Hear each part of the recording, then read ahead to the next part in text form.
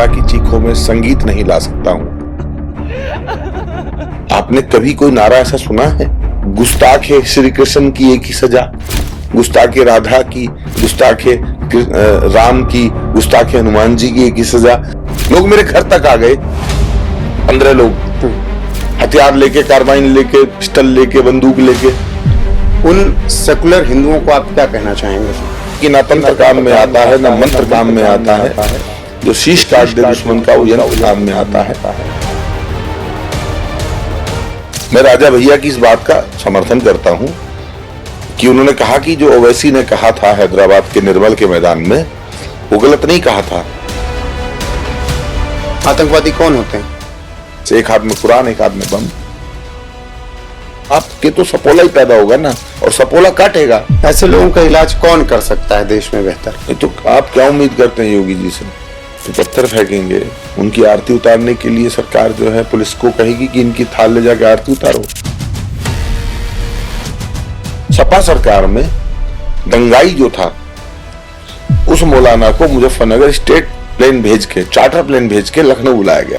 अभी उम्मीद कम से कम आप योगी आदित्यनाथ जी से तो कर नहीं सकते कि वो दंगाइयों को प्लेन भेज के लखनऊ बुलाएंगे।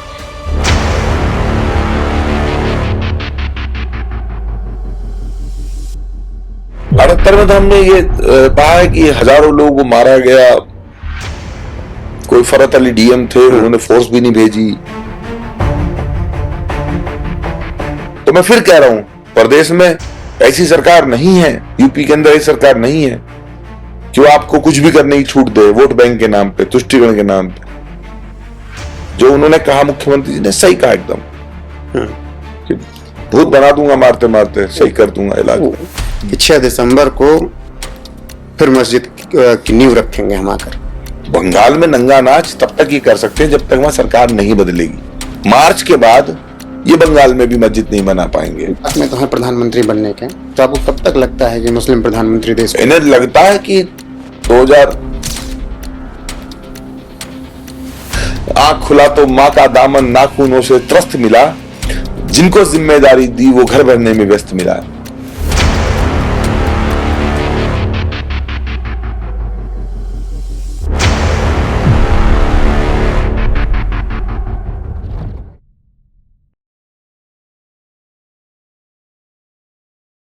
नमस्कार, स्वागत है आप सभी का एनएफ न्यूज पर। मैं हूं आपके साथ रोहित। फिल्मों की दुनिया कितनी बड़ी है ये सब जानते हैं, खासकर बॉलीवुड की। एक दौर था जब रोमांटिक फिल्में बनती थी, एक दौर आया जब क्राइम थ्रिलर की फिल्में बनने लगी। अब दौर वेब सीरीज का है, शॉर्ट स्टोरीज का है, और तमाम ऐसी फिल्मों का है जो हकीकत में घटनाएं घटी हों उन पर बन रही। बहुत ऐसे सेंसिटिव टॉपिक हैं जिस पर मुंबई वाले बोलने से बचते हैं, लेकिन देश के अलग अलग हिस्सों में रहने वाले तमाम डायरेक्टर्स उन मुद्दों को उठाते हैं, क्योंकि समाज से जुड़े हुए मुद्दे हैं और आईना दिखाते हैं पूरे देश को, पूरी दुनिया को, कि सच्चाई क्या है। एक ऐसे ही डायरेक्टर आज मेरे साथ मौजूद हैं, जो कि डायरेक्टर भी हैं, प्रोड्यूसर भी हैं, और ऐसी ही फिल्में बनाते हैं जिस पर विवाद तो होता ही है, लेकिन मुद्दे बहुत सेंसिटिव होते हैं। अमित जानी मेरे साथ इस वक्त हैं। बहुत बहुत स्वागत सर आपका एनएफ न्यूज। धन्यवाद। पहला सवाल यहीं से, बहुत मौका है, रोमांटिक फिल्में बनाइए, फिक्शन बनाइए, वही मुद्दा क्यों उठाते हैं जिस पर बवाल शुरू हो जाए? बनाएंगे जब लगेगा कि अब तमाम मुद्दे खत्म हो गए हैं और देश में कोई दंगा नहीं हो रहा है, किसी कन्हैयालाल का गला नहीं काटा जा रहा है, जब लगेगा कि देश में अब किसी श्रद्धावाल करके 35 टुकड़े नहीं किए गए, अब जो है किसी हिरन का शिकार नहीं किया गया, अब किसी पे अत्याचार नहीं हुआ, अब कोई जो है बंटवारा शेष नहीं है, तो बनाएंगे। अभी तो पीड़ा की चीखें गाने की मजबूरी है, किसी ना किसी को दायित्व तो निभाना पड़ेगा। हरिओम पंवार जी जिन्होंने हमें पढ़ाया है, उन्होंने कहा कि मैं पीड़ा की चीखों में संगीत नहीं ला सकता हूँ, मैं ही बना सकता हूँ सैयारा, हम आपके हैं कौन, कुछ कुछ होता है, दिल वाले दुल्हनिया ले जाएंगे। पैसा तो उतना ही लगता है, टीम भी उतनी लगती है, लेकिन मुझे लगता है कि उस दर्द को जो दबा है कहीं, वो अस्थियां कन्हैयालाल की जो अलमीरा में रखी हैं, जिनको गंगा जल नसीब नहीं हुआ 3 साल से, उनका बेटा चप्पल नहीं पहनता पैर में, अगर हम सैयारा बनाएंगे तो उस बच्चे की पीड़ा को कौन दिखाएगा, उन अस्थियों को कौन दिखाएगा। और हमने दिखाया तो लोगों ने देखा। पूरा देश जो 3 साल से कन्हैयालाल को भूले बैठा था, आज पूरे देश में कन्हैयालाल का जिक्र फिर लगातार चला, निरंतर चला। और उसका परिणाम ये हुआ कि वो लोग जो जानते ही नहीं थे कन्हैयालाल कौन है, भूल गए थे, उन सब लोगों ने अपने घरों में, दफ्तरों में, चौपालों पे, चाय की दुकान पे, नाई की दुकान पे, बसों में चलते फिरते काम करते कन्हैयालाल का जिक्र किया। और न सिर्फ हिंदुओं ने बल्कि मुसलमानों ने भी, न सिर्फ हिंदुस्तान में बल्कि दुनिया के 40 से ज्यादा देशों में जहां जहां ये मूवी लगी, ब्रिटिशियर्स ने भी देखा, अमेरिकन्स ने भी देखा, और कैनेडियंस ने भी देखा, कैलिफोर्निया वालों ने भी देखा, सबने देखा कि कन्हैयालाल कोई था। तो एक आवाज जो मर गई है, उसको अगर आप जबान देना चाहते हैं तो फिल्मकार के नाते आप जबान दे सकते हैं। सबकी अपनी अपनी जिम्मेदारियां हैं। कोई कांटा लगा, कोई छत पे सोया था बहनोई, कोई इश्क मुश्क की बातें, कोई कुछ। हमारी जिम्मेदारी है कि हम उन पैरों की छालों की पीड़ा को दिखाएं, जो दर्द से रिस रहे हैं। हम उन आंखों को दिखाएं जो आंसुओं से गीली हैं। उन जहनों को दिखाएं जहां चीखों के अलावा और कुछ गूंज ही नहीं रहा है। कन्हैयालाल की गलती क्या थी? सिर्फ इतनी भर कि उन्होंने थोड़ा सा नुपुर शर्मा की बातों पर हाँ कर दिया? कन्हैयालाल की गलती ये थी कि वो सेकुलर थे और हिंदू थे। अगर वो सेकुलर नहीं होते तो क्या इतनी धमकियों के बावजूद, जब पूरे उदयपुर में उनके नाम के फतवे निकल रहे हैं, मारने वाले ने एकदम से नहीं मारा, पहले एक वीडियो जारी किया गया, अपने ग्रुप में भेजा गया कि हम कन्हैयालाल नामक दर्जी को मारेंगे। कन्हैयालाल के खिलाफ एफआईआर दर्ज हुई कि उन्होंने धार्मिक भावना भड़काई, नुपुर शर्मा की पोस्ट को शेयर किया। पुलिस ने उन्हें गिरफ्तार किया। फिर कन्हैयालाल गए पुलिस के पास, राजस्थान की। राजस्थान पुलिस से कहा कि मेरी हत्या हो सकती है, इस तरह से मुस्लिम ग्रुप्स में यहाँ वीडियो वायरल हो रही है कि हम दर्जी को मारेंगे। सुरक्षा की मांग की, लेकिन सुरक्षा नहीं मिली। तब सुरक्षा नहीं मिली तो कन्हैयालाल भी तो भाग सकते थे। जैसे संभल से हिंदू भागे हैं, कश्मीर से पंडित भागे हैं, कन्हैयालाल भी भाग जाते उदयपुर छोड़ के। हिंदू कहाँ कहाँ से भागेगा? पूरे देश से नहीं, वो भी तो भाग सकते थे, लेकिन वो सेकुलर थे। या तो लड़ते या तो भागते। लेकिन उन्होंने दुकान खोली। दुकान खोलने के बाद में उनकी दुकान पे दाढ़ी टोपी वाले, जालीदार टोपी लगा के कुछ लोग जो है कपड़े सिलाने आ रहे हैं, तो वो उनसे परहेज नहीं कर रहे हैं, सावधान नहीं हो रहे, अटेंशन नहीं है। यानी जो जागृत नहीं है, सोया हुआ है, जिसकी आंखों में पर्दा चढ़ा है भाईचारे का, उसे तो मरना ही था। उसे कौन बचा सकता था? ये भी तो कह सकता था भाई मैं नहीं कपड़े सिलूंगा। जब वो अंदर घुसे 2 मुसलमान कपड़े सिलाने के लिए, उससे पहले सारे देश में मुसलमान उनके खिलाफ जो है फतवे दे रहे थे, सरतन सिदा के नारे लगा रहे थे। तो वो भी तो कैंची पे पकड़ मजबूत कर सकते थे। उनके पास चाकू थे, इनके पास कैंची थी, अपना बचाव कर सकते। लेकिन उन्होंने सोचा कि ये तो सब भाई हैं, ये कहाँ मारेंगे। लेकिन भाईचारे का कत्ल हुआ उदयपुर में। जब मुझे सरतन सिदा के फतवे दिए जा रहे थे, दिखा पाओगे? जब मुझे सरतन सिदा के फतवे दिए जा रहे थे, प्रोड्यूसर डायरेक्टर को कत्ल करने के नारे लग रहे थे, जब हरियाणा के डीआईजी एसटीएफ श्री सिमरनजीत सिंह ने लिखा कि अमित जानी के घर और दफ्तर पे इस देश के 4 बड़े गैंग जिन्होंने हजारों हत्याएं की हैं, वो रेकी कर रहे हैं लगातार कि कब अमित जानी को मार दें। तब ये लेटर लिख के उन्होंने किसको दिया? नोएडा की कमिश्नर को, मेरठ के एसएसपी को। और ये लेटर आया जनवरी में, और जुलाई तक इन्होंने कोई सुरक्षा नहीं दी। फिल्म के संबंध में हजारों नारे लग रहे थे। और उत्तर प्रदेश है, राम राज्य है, योगी जी की सरकार है, तो कमिश्नर भी उसी का पार्ट है, नोएडा पुलिस भी तो उसी की पार्ट है। बिल्कुल। लेकिन हजारों धमकियां आई, लोग मेरे घर तक आ गए। 15 लोग हथियार लेके, कार्बाइन लेके, पिस्टल लेके, बंदूक लेके 3 घंटा मेरे घर पे रहे, डराया धमकाया, 5 करोड़ की रंगदारी मांगी, लेकिन सुरक्षा नहीं दी। मैं फिल्म प्रोड्यूसर, कन्हैयालाल तो बेचारा एक दर्जी था। ये सबका मैं चैनलों पे चल रहा था, देश के सारे चैनल मुझे चला रहे थे, देश के 1000 चैनलों पे एक ही चेहरा नजर आ रहा था। सुप्रीम कोर्ट में मदनी से हम लड़ रहे थे, लेकिन 28 जुलाई को एक पत्र आया नोएडा पुलिस की तरफ से कि हमने आपकी समीक्षा करा ली है, आपकी जान को कोई खतरा नहीं पाया गया है। जबकि 27 तारीख को भारतीय खुफिया एजेंसी सबसे बड़ी एजेंसी है, एलआईयू से तो बड़ी होगी ना, केंद्रीय खुफिया एजेंसी आईबी ने रिपोर्ट दे दी कि अमित जानी की हत्या हो जाएगी। तो गृह मंत्री अमित शाह जी ने मुझे वायु श्रेणी की सुरक्षा दी, सीआरपीएफ खबर दिया।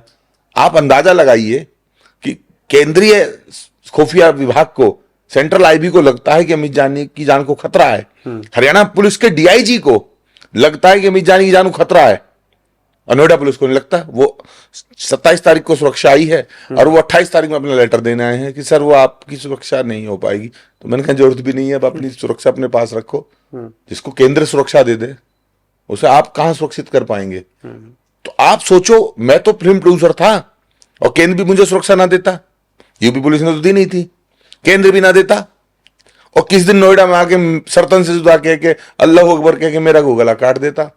मेरे बच्चे 4 महीने स्कूल नहीं गए, और ये बात मैंने चिल्ला चिल्ला के कही उत्तर प्रदेश से, उत्तर प्रदेश पुलिस से, नोएडा कमिश्नर से, कि मेरे बच्चे स्कूल नहीं जा रहे हैं।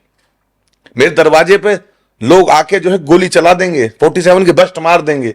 फोन पे ऑडियो आ रही थी कि AK-47 से भूनेंगे, पीतल भर देंगे, जान से मार देंगे। और कौन लोग थे वो आपको बताऊं, वो तो गली मोहल्ले के लोग थे, कन्हैयालाल के पीछे जो पड़े थे। मेरे पीछे था बम्बैया गैंग, जिन्होंने सैकड़ों हत्याएं की हैं, सरेआम की हैं। मेरे पीछे नीरज का गैंग था, बम्बैया गैंग जो दाऊद से कनेक्ट होगा। हाँ, दाऊद से कनेक्ट है बम्बिया, सिद्धू मूसेवाला के संबंध थे जिनसे। विक्की मिड्डू खेड़ा की हत्या हुई मोहाली के अंदर दिन दहाड़े, जिन लोगों ने तिहाड़ की जेल की 3rd बटालियन की बस में लोग मार दिए, जिन्होंने रोहिणी कोर्ट में जज के सामने लोग मार दिए, जिन्होंने जेल के अंदर लोग मार दिए, जो सुरक्षा को भी नहीं देखते। कितना बड़ा गैंग है ये बम्बिया गैंग। नीरज कितना बड़ा गैंग है, हिमांशु भाऊ कितना बड़ा गैंग है, कौशल चौधरी कितना बड़ा गैंग है। तो जब इतनी और 4 गैंग के नाम स्पष्ट लिख रही है हरियाणा पुलिस, और पुलिस का दरोगा नहीं कि चलो यहां के अफसर बहुत बड़े हैं, बड़े रैंक के हैं, तो इन्हें समझ में नहीं आए होंगे, नाम पढ़ने में नहीं आए, फिजिकल देके पुलिस में भर्ती हो गए। ये तो आईपीएस हैं, इन्हें तो एक आईपीएस की भाषा समझ में आनी चाहिए। तो आईपीएस डीआईजी सिमरनजीत सिंह जो हरियाणा के डीआईजी थे, अभी भी होंगे शायद, लेकिन जनवरी में उनका लेटर आया था नोएडा पुलिस कमिश्नर को कि अमित जानी के घर की और दफ्तर की, सेक्टर 18 वाले की, दोनों की रेकी हो रही है, लगातार हो रही है। और ये लेटर जनवरी में आया, और फरवरी, मार्च, अप्रैल, मई, जून, जुलाई में 28 तारीख को तीसरी बार सुरक्षा मांगने पे कमिश्नर नोएडा ने लिखा कि अमित जानी की जान को कोई खतरा नहीं पाया गया, इसीलिए एक सिपाही भी नहीं दिया जा सकता।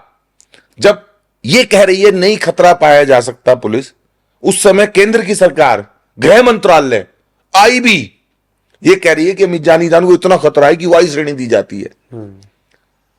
तो कन्हैयालाल पे कहां 5 महीने थे, अमित जानी पे तो 5 महीने थे जिंदा रहने के। कन्हैयालाल को धमकी 10 दिन पहले मिलती है और 10 दिन बाद कन्हैयालाल को जो है मार दिया जाता है। बिल्कुल। ऐसे में जब आपने कहा कि कन्हैयालाल सेकुलर थे, तो इस देश में बहुत हिंदू हैं जो सेकुलर हैं, उन सेकुलर हिंदुओं को आप क्या कहना चाहेंगे फिर?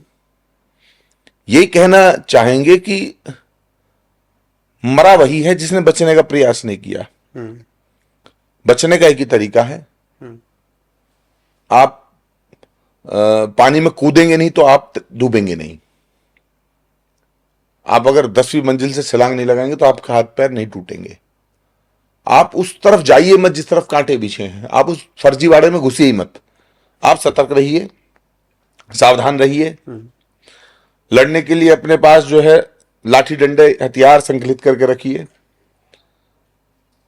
महंगे मोबाइल फोन, महंगी घड़ियां, महंगी एलईडी, घरों में महंगे महंगे ज्वेलरी के सामान, हीरे की अंगूठियां, ये सब लड़ाई में काम नहीं आएंगी।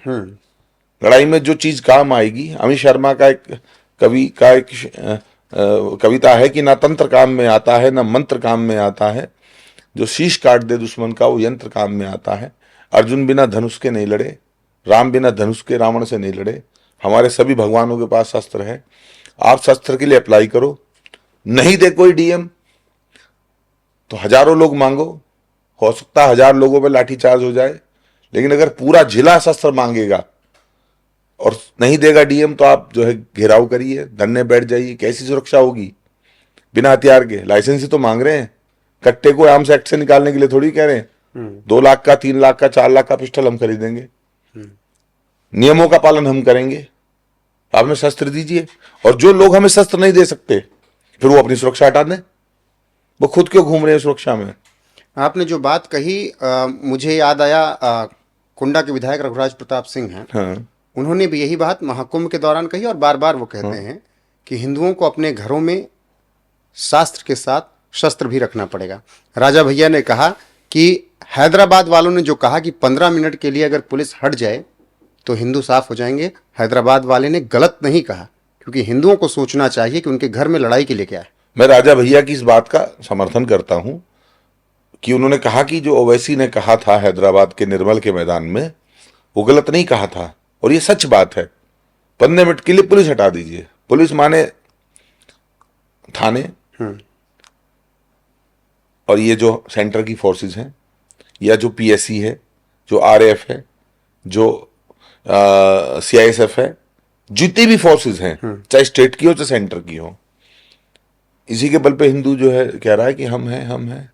ये अगर 15 मिनट के लिए हट जाएं तो कुछ बचेगा नहीं। 15-20 करोड़ लोग 100 करोड़ को खत्म कर देंगे, क्योंकि 20 करोड़ के पास हथियार है। हथियार के अलावा उनके दिमाग में शत्रुबोध है। हमारे वाले को अगर आप हथियार भी दे दोगे तो सोचेगा मैं क्यों मारूं, मुझे क्या जरूरत पड़ी है। लेकिन उन्हें शत्रुबोध भी है, इन्हें शत्रुबोध भी नहीं है, ये भाईचारे के चक्कर में है। उन्हें शत्रुबोध है कि हमारा शत्रु कौन है, और मारने के बाद उनके पास एक मेन्यू कार्ड है कि अगर आप काफिर का गला काटोगे तो अंतोगत्वा आपको जो है, मर भी गए अगर आप, तो आपको जन्नत मिलेगी, वहां 72 हूरें मिलेंगी, वहां शराब की नदियां मिलेंगी, वहां दूध की नदियां मिलेंगी। जिसको हूरों में वो ना हो इंटरेस्ट, उसको गिल्मे मिलेंगे। तो वो होमोसेक्सुअल भी अगर कोई है तो वहां उसके लिए गिल्मों की व्यवस्था है। तो जब इतनी सारी सुविधाएं हैं, इतना बम्पर प्लान है कि जिंदा रहते और मरने के बाद हिंदू वो तो कुछ है नहीं। इन्हें तो यही कहा जाता, भाई हिंसा मत करना, अहिंसा परमो धर्मा, अहिंसा परमो धर्मा। और किसी के मन में आए भी कि आत्मरक्षा के लिए हथियार होना चाहिए, तो हमारी सरकार इतनी महान है, ये किसी को लाइसेंस देती नहीं। अभी मैं हेमंत बिस्व शर्मा जी को सुन रहा था, वो कह रहे थे कि एक गांव में बहुत आबादी है मुसलमानों की, तो कह रहे थे वहां के सारे हिंदू लाइसेंस ले लें। हम क्यों नहीं लाइसेंस ले सकते हैं बताइए? हमारे ही पैसे से चलने वाली, टैक्स के पैसे चलने वाली सरकारें हमारी रक्षा के लिए, ये तो मानता हूं कि सबको तो सुरक्षा कर्मी नहीं दिया जा सकता, लेकिन सबको हथियार तो दिया जा सकता है। हिमंता बिस्वा शर्मा का आपने जिक्र किया, तो हिमंता ने यह भी कहा कि अगर किसी ने हिंदुओं के त्योहारों पर, हिंदुओं की मंदिरों पर अटैक किया तो शूट एंड साइड का आदेश था। हाँ, इतना तो आत्मबल होना ही चाहिए मुख्यमंत्री में, इतना तो आत्मबल होना ही चाहिए। योगी जी में भी है, योगी जी भी आदेश तो ऐसे ही देते हैं कि हिंदुओं की रक्षा होनी चाहिए और हिंदू विरोधी ताकतों का समूल समापन होना चाहिए, और कहीं कहीं दिखता भी है वो। मैं बात अफसरों की कर रहा हूं। अफसर जब सही नहीं चलाएंगे तो अभी हर आदमी मुख्यमंत्री से कैसे मिलेगा? हम जैसे बड़े जो कारोबारी हैं, हम जैसे जो बड़े पैमाने पे इन्फ्लुएंस करने वाले हैं फिल्म के जरिए, भाषणों के जरिए, प्रदेश और देश में करोड़ों लोग हमारी बात सुनते हैं, हमारी एक रील भी जो है मिलियंस बिलियंस में जाती है, तो हम जैसे लोग डायरेक्ट टच में नहीं रह पाते मुख्यमंत्री प्रधानमंत्री के, तो एक आम आदमी कैसे रहेगा? उसे अपनी बात कहनी है, और वो दरोगा के पास गया एफआईआर लिखने के लिए, दरोगा उसकी एफआईआर नहीं लिख रहा, उल्टा जूता मार के उसे भगा दिया, भग यहां से। तो उसको तो इतना ही पता है कि सरकार में हमारा काम नहीं हो रहा, उसे क्या पता कि मुख्यमंत्री तो चाहते हैं तुम्हारा काम हो जाए, लेकिन दरोगा की बात मुख्यमंत्री तक कौन पहुंचाए?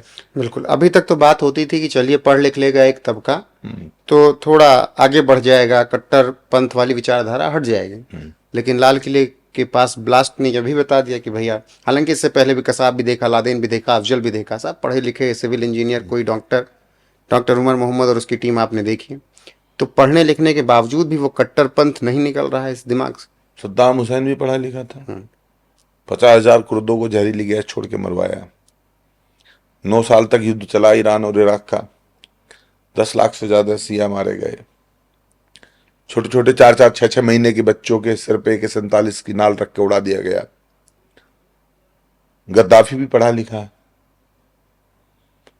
अल बगदादी भी पढ़ा लिखा, ISIS, एक हाथ में कुरान एक हाथ में बम। पढ़ने से क्या होगा?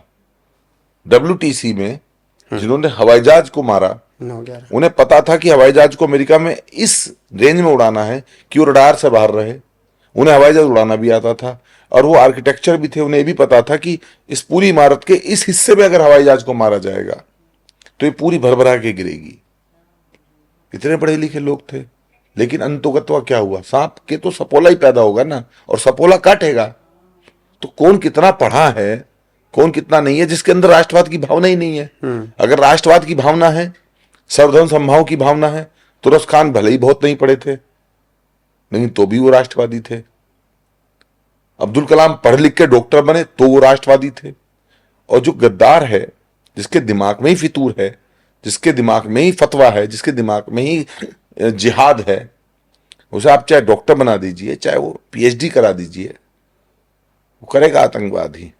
आपने कहा एक हाथ में कुरान एक हाथ में बम, लेकिन बात तो चलती है एक हाथ में कुरान दूसरे में कंप्यूटर। नहीं, ये तो सरकार कह रही है सबका साथ सबका विकास। मोदी जी तो चाहते हैं कि सब मुख्य धारा में रहें। तो मुख्य धारा मोदी जी के लिए राष्ट्र बड़ा है, उनके लिए कुरान बड़ी है, उनके लिए इस्लाम बड़ा है, उनके लिए अल्लाह बड़ा है, उनके लिए फतवा बड़ा है, उनके लिए जिहाद बड़ा है, उनके लिए हम काफिर हैं। मोदी जी के लिए तो अछूत नहीं है। मोदी जी तो उनको राशन भी दे रहे हैं और सिंहासन भी दे रहे हैं।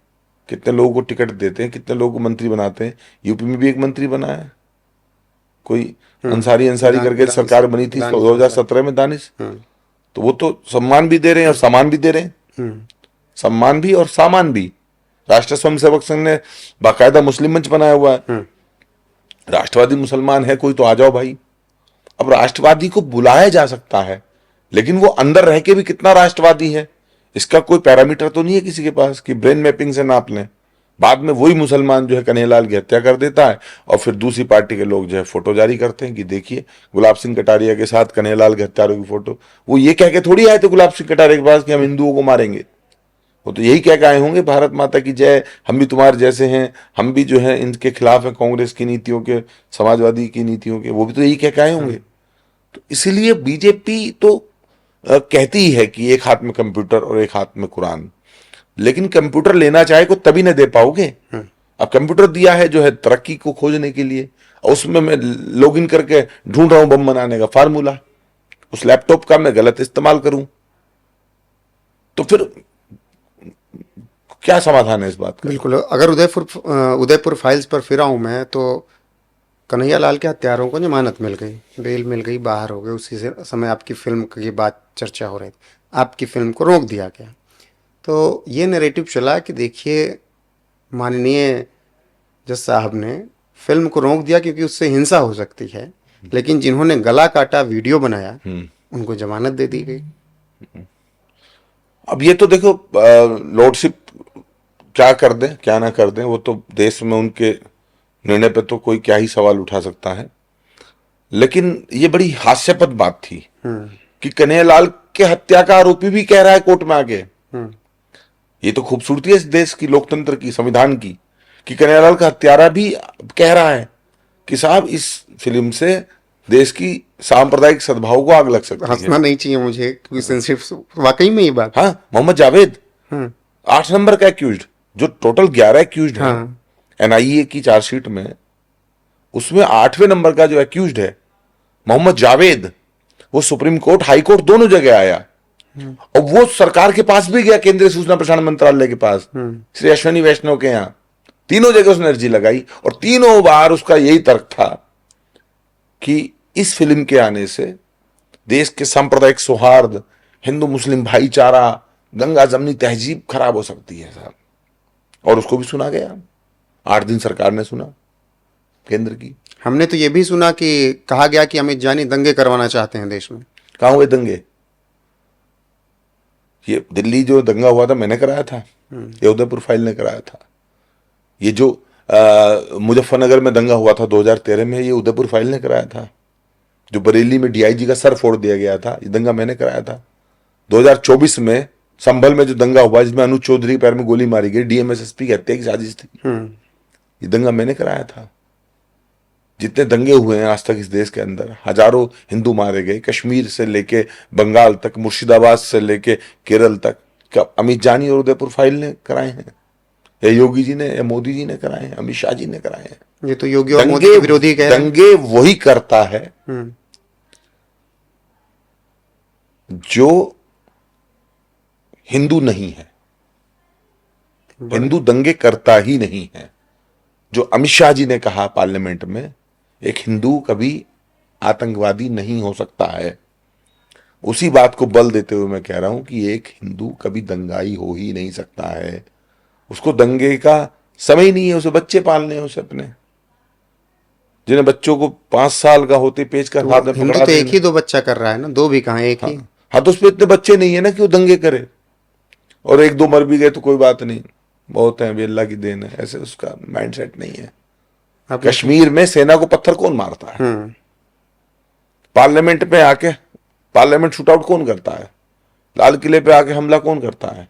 सीआरपीएफ कैंप पे हमला कौन करता है? रामपुर में, बनारस में संकट मोचन पे हमला कौन करता है? जयपुर में, बिहार में बम कौन फोड़ता है? मुंबई में बम धमाके कौन करता है? ताज होटल पे हमला कौन करता है? सेंट्रल रेलवे स्टेशन पे हमला कौन करता है? अक्षरधाम में कौन आता है? कालूचक में कौन आता है? उरी में कौन आता है? सवाल हजार हैं, तो जवाब एक है, अशहदु अन्न मोहम्मद रसूलुल्लाह का मानने वाला और ला इलाहा इल्लल्लाह का कलमा पढ़ने वाला। इन्हीं लोगों को जो है दिमाग में दंगा है और बम है, बारूद है और फतवा है। तो आतंकवादी कौन होते हैं? सबको पता है, आतंकवादी वही होते हैं जो अल्लाह अकबर कह के बम फोड़ते हैं। आपने कभी कोई नारा ऐसा सुना है कि हम गुस्ताखे श्री कृष्ण की एक ही सजा, गुस्ताखे राधा की, गुस्ताखे राम की, गुस्ताखे हनुमान जी की एक ही सजा, सरतन से जुदा? ये नारा कौन दे, किसका नारा है ये? गुस्ताखे नबी की एक ही सजा, सरतन से जुदा, ये नारा किसका है? तब ये नबी की बेहुरमती नहीं है। आप कहते हैं कि बुढ़िया जो फेंका करती थी कूड़ा रसूल पर, उसकी भी खैरियत को गए आप उसके घर। आप कहते हैं कि जब मक्का में बनु मैया खानदान के लोगों ने और बाकी लोगों ने आप हुजूर पाक सल्लल्लाहु अलैहि वसल्लम को अजियतें दी, उनको पत्थर मारे, नाउजुबिल्लाह उनको मारने की कोशिश की, कत्ल की कोशिश की, तो आपने उन्हें भी माफ कर दिया। कहा कि नहीं, मैं दुआ देने के लिए पैदा हुआ हूं, बद दुआ भी नहीं दे सकता, मारना तो बहुत दूर की बात है। तो जो रसूल अपने सर पे कूड़ा फेंकने वाली बुढ़िया तक को माफ कर देते थे, जिनके चचा जान अमीर हमजा का कलेजा चबाने वाली हिंदा तक को उन्होंने माफ कर दिया, उनके बेटे को माविया को उन्होंने अपने साथ शामिल करके उसको साहबी का दर्जा दिया। तो ये जो पंचर बनाने वाले हैं, खैरात मशीन चलाने वाले हैं, आरा मशीन पे लकड़ी काटने वाले हैं, मदरसों में पढ़ने वाले जाहिल, इन्हें ठेका दिया है अल्लाह के रसूल ने, नबी ने, कि तुम जो है मेरे नाम पे गला काटो। अगर मैं ही कह रहा हूं कि मेरे साथ जो किया है, जिसने भी किया है, मैं उनके प्रति अपने मन में कोई द्वेष भाव नहीं रखूंगा। जिन्होंने मेरे ऊपर कीचड़ फेंकी, जिन्होंने मेरे ऊपर शाही फेंकी, जिन्होंने मुझ पर पत्थर मारे, जिन्होंने मेरे परिवार का कत्ल कर दिया, मैं उनके भी लिए अपने दिल में कोई बुरा ख्याल नहीं रखता। और मेरे मरने के बाद मेरे नाम पर कत्लेआम करने लगे पूरा लाव लश्कर उतर के कि गुस्ताखे जानी की एक ही सजा। नुपुर शर्मा ने कीचड़ फेंका है नबी के सर पे, कूड़ा फेंका है, बुढ़िया तो कूड़ा फेंका करती थी। तो नुपुर शर्मा को गाली दे के कहना कि हम तुझे भी मारेंगे इसी चाकू से, उसके खिलाफ जाना, कन्हैयालाल का गला काटना, अभी जो हमारा तेजस गिरा है इस पर रिएक्शन देख लो आप, इमोजी, लाखों लोग जो हंस रहे हैं, दांत दिखा रहे हैं, ये कौन लोग हैं? सोफिया भी आपकी बहन है, इसरत जहां भी आपकी बहन है, ऐसा कैसे? दोनों तो नहीं हो सकती। बिल्कुल। अब्दुल कलाम वाले भी हैं आप, और याकूब मेमन के जनाजे में भी शामिल होंगे। अब्दुल कलाम ने जिस पाकिस्तान को नेस्तानाबूद करने के लिए आकाश, पृथ्वी, नाग जैसे प्रेक्षेपात्र बनाए हैं, आप उसको भी उसकी तस्वीर के पीछे छिपना चाहते हैं, कहते हैं कि हम तो अब्दुल कलाम वाले हैं। दूसरी तरफ आप जो हिंदुस्तान को बर्बाद करने का सपना देख रहे हैं, उनके भी प्रशंसक हैं। दाऊद इब्राहिम की हर पोस्ट पर, दाऊद इब्राहिम के हर खबर पर न्यूज चैनल के दाऊद भाई, दाऊद भाई। चलो सलमान भाई, आमिर भाई, शाहरुख भाई समझ में आता है, ये दाऊद भाई क्यों? ये करोड़ों लोग हैं जिनके भारत के अंदर दाऊद नाम है, ओसामा नाम है। किससे प्रभावित होकर रखे होंगे इन्होंने? ओसामा तो एक बहुत बड़े बाहुबली के बेटे का नाम, जो अभी विधायक भी बन गए, किससे प्रभावित हुई होगी उसकी रघुनाथपुर माँ? से, उसकी माँ, शहाबुद्दीन के बेटे। उसकी माँ ने किससे प्रभावित होकर रखा होगा नाम हेमंता ने ओसामा? बताया कि ओसामा बिन लादेन से प्रभावित होकर रखा है। हाँ, तो कसाब भी रखेंगे, कसाब भी रखेंगे। जब कसाब को बच्चा कहा गया निर्मल के मैदान में अकबरुद्दीन ओवैसी के द्वारा, तो अकबरुद्दीन ओवैसी का सियासी मफाद को फायदा हो सकता है। क्या हो सकता है? अकबरुद्दीन ओवैसी की जबान फिसली हो। वो क्या नाम था बच्चे का?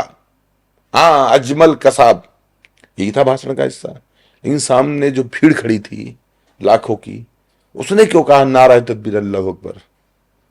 यानी कसाब को अपना मानने वाले कैसे कलाम की तस्वीर के पीछे छिप सकते हैं? अच्छा, अभी आपने ये जिक्र किया तो मैं जिक्र कर रहा हूं कि डॉक्टर उमर मोहम्मद और उसकी जब ये आतंकी टीम पकड़ी गई, मारी गई या खुद मर गए, तो कांग्रेस के एक नेता का बयान आया कि ये मोदी को सोचना चाहिए कि पढ़ा लिखा मुसलमान बम क्यों बना रहा है, बंदूक क्यों उठा रहा है। राशिद अल्वी ने यह बयान दिया। हाँ, और भी लोगों ने दिया। मैं देख रहा हूं कि ये फारूक अब्दुल्ला ने बयान दिया। कई लोग इस तरह की बातें कर रहे हैं कि सोचना चाहिए। बम कोई फोड़ रहा है, बम फोड़ने के लिए प्रेरित किसी की किताब कर रही है, किसी के मौलवी, किसी के मौलाना, किसी के मुफ्ती, किसी के मुदरसे कह रहे हैं कि काफिरों का कत्ल कर दो। सूरा में लिखा है, आयत में लिखा है, आप फायदे गिना रहे हैं। वही मैं कह रहा हूं, अगर और सोचना मोदी जी को चाहिए कि आखिर क्यों। सोचना तो तुम्हें चाहिए। वही मैं अगर पूछूं कि अमित जानी साहब के पास आखिरी ऑप्शन बचे, तो क्या वो मानव बम बन जाएंगे, बंदूक उठा लेंगे? नहीं, आखिरी ऑप्शन क्यों है इनके पास, समझ में नहीं आ रहा है। ये देश के प्रधानमंत्री बनने की फिराक में है। जमहूरियत है, बन भी सकते हैं, संविधान में तो नहीं लिखा कि नहीं बन सकते, क्योंकि केंद्रीय मंत्री तो हैं ही, पहले भी रहे हैं, बिल्कुल। गवर्नर तो हैं ही, आज भी हैं, राष्ट्रपति तक बने हैं, उपराष्ट्रपति हामिद अंसारी थे। जिस दिन रिटायर हुए डर लगने लगा। रिटायर होने के बाद जो है, जो सम्मान मिला था उस पर थूक के चले गए। नहीं, डर लगने लगा था। हाँ, थूक दिया उन्होंने कि भारत में मुसलमान सुरक्षित नहीं है। तो इतना सम्मान मिलने के बाद देश के अंदर हर दूसरी सड़क Akbar road, Humayun road, Babur road, हर तीसरा शहर जो है अलीगढ़ और जो है आजमगढ़ है, हैं? यही तो नाम है शहरों के। अहमदाबाद, मोदी जी जिस राज्य के 4 बार मुख्यमंत्री रहे और जहां बैठते थे, उस राजधानी का नाम गुजरात की अहमदाबाद है, जबकि वास्तविक नाम उसका कर्णावती है। नहीं बदला, इसलिए कि चलो आपकी भावना को ठेस नहीं पहुंचाते। 2 कौड़ी की भावना है, जरा सी बात पे ठेस पहुंच जाती है, नहीं पहुंचाते। संभाजी महाराज का जिला आज भी औरंगाबाद के नाम से जाना जाता है। कौन था औरंगजेब? आतंकवादी था, आक्रमणकारी था, लेकिन संभाजी नगर का नाम आज भी कागजों में औरंगाबाद है। नहीं बदला, आपकी भावनाएं हैं। लेकिन औरंगजेब कहते हैं उसको मानने वाले कि वो टोपी सिल के अपना काम चलाता था। वो कुछ भी कहते हो टोपीबाज, वो तो ये जाने, लेकिन हकीकत तो यही है कि वो लुटेरा था, आतंकवादी था, भारत को लूटने के लिए आया था। ये तो सच है। तो अब इतना सब कुछ मिलने के बाद इनके पास फिर भी कोई आखिरी विकल्प बचता है। नालंदा विश्वविद्यालय इन्होंने जलाया, हमने तो कोई जामिया यूनिवर्सिटी नहीं जलाई, हमने तो कोई एमयू नहीं फूका, हमने तो अल फला यूनिवर्सिटी में आग नहीं लगाई। अब आतंकवादी अल फला का पकड़ा जा रहा है, तो चढ़ाई बीएचयू पे कर दें क्या? अगर आतंकवादी अलीगढ़ मुस्लिम यूनिवर्सिटी में पकड़ा जाएगा तो बुलडोजर क्या चौधरी चरण सिंह विश्वविद्यालय में ले जाएं? ये तो वही बात हुई कि कत्ल करेंगे कन्हैयालाल को मुसलमान, कलमा पढ़ पढ़ के, और 2 आरोपी हम बना देंगे किसी ठाकुर बनिया ब्राह्मण को, हिंदू को। माँ वैष्णो देवी श्राइन बोर्ड जो है, उसके पैसे से कॉलेजेस भी चलते हैं, बच्चे पढ़ते भी हैं और हर समुदाय के लोग पढ़ते हैं। अभी उसमें मेडिकल का भी इन्वॉल्व किया गया कोर्स, 50 सीटें, उसमें 42 सीटें आरक्षित हैं मुसलमानों के लिए, 8 सीटें बाकियों के लिए। मतलब पैसा हिंदू का, हिंदू जाए दर्शन करने वो पैसा बोर्ड में जाए तो ऐसे यूज हो। सारा पैसा हिंदुओं का है। बिल्कुल, माँ वैष्णो देवी और माँ कौन वैष्णो देवी पे चढ़ावा और कोई देता नहीं है, देगा? तो वो पैसा तो कायदे में इनके लिए हराम होना चाहिए, क्योंकि इनके यहाँ बुत परस्ती हराम है। इनके यहाँ माँ वैष्णो का कोई कॉन्सेप्ट ही नहीं है, देवी देवताओं का कोई कॉन्सेप्ट नहीं है, तो कायदे में इनके लिए पैसा हराम होना चाहिए, और उसके पैसे चलने वाली यूनिवर्सिटी में पढ़ना भी हराम होना चाहिए। लेकिन तेल मिलेगा सरकार से तो पल्ले में भी ले लेंगे, मीठा मीठा गप गप, कड़वा कड़वा थू थू। यही तो मैं कह रहा हूं कि वैष्णो देवी का चढ़ावा जिस यूनिवर्सिटी को चला रहा है वहां ये पढ़ सकते हैं, लेकिन दरगाह में अगर भारत सरकार का अशोक चिन्ह लगा है तो उसको पत्थर से कूच कूच के तोड़ देंगे। आप खुद ही बता रहे हैं मुझे, मैं क्या बताऊं दोगलई को, ये दो मुंहे सांपों के बारे में क्या बताऊं? आप तो मुझे खुद ही बता रहे हैं। वैष्णो देवी के चढ़ावे के पैसे से पढ़ने वालों को वैष्णो देवी में जाके माथा भी टेकना चाहिए, उन्हें ये कहना चाहिए कि ये देवी हमारी है, लेकिन पैसा जो है चढ़ावे का उससे पढ़ लेंगे। हिंदुस्तान के हिंदुओं के पैसे से हज करने चले जाएंगे सब्सिडी लेके। अब सब्सिडी बंद हो गई, लेकिन पहले तो जाते थे। ये जो 14 से पहले के जितने भी हाजी हैं, इनके बाप दादा और ये, इन्होंने किसके पैसे से हज किया है आज तक? उन्हीं के पैसे जिनको काफिर कहते हैं, उन्हीं के टैक्स के पैसे से।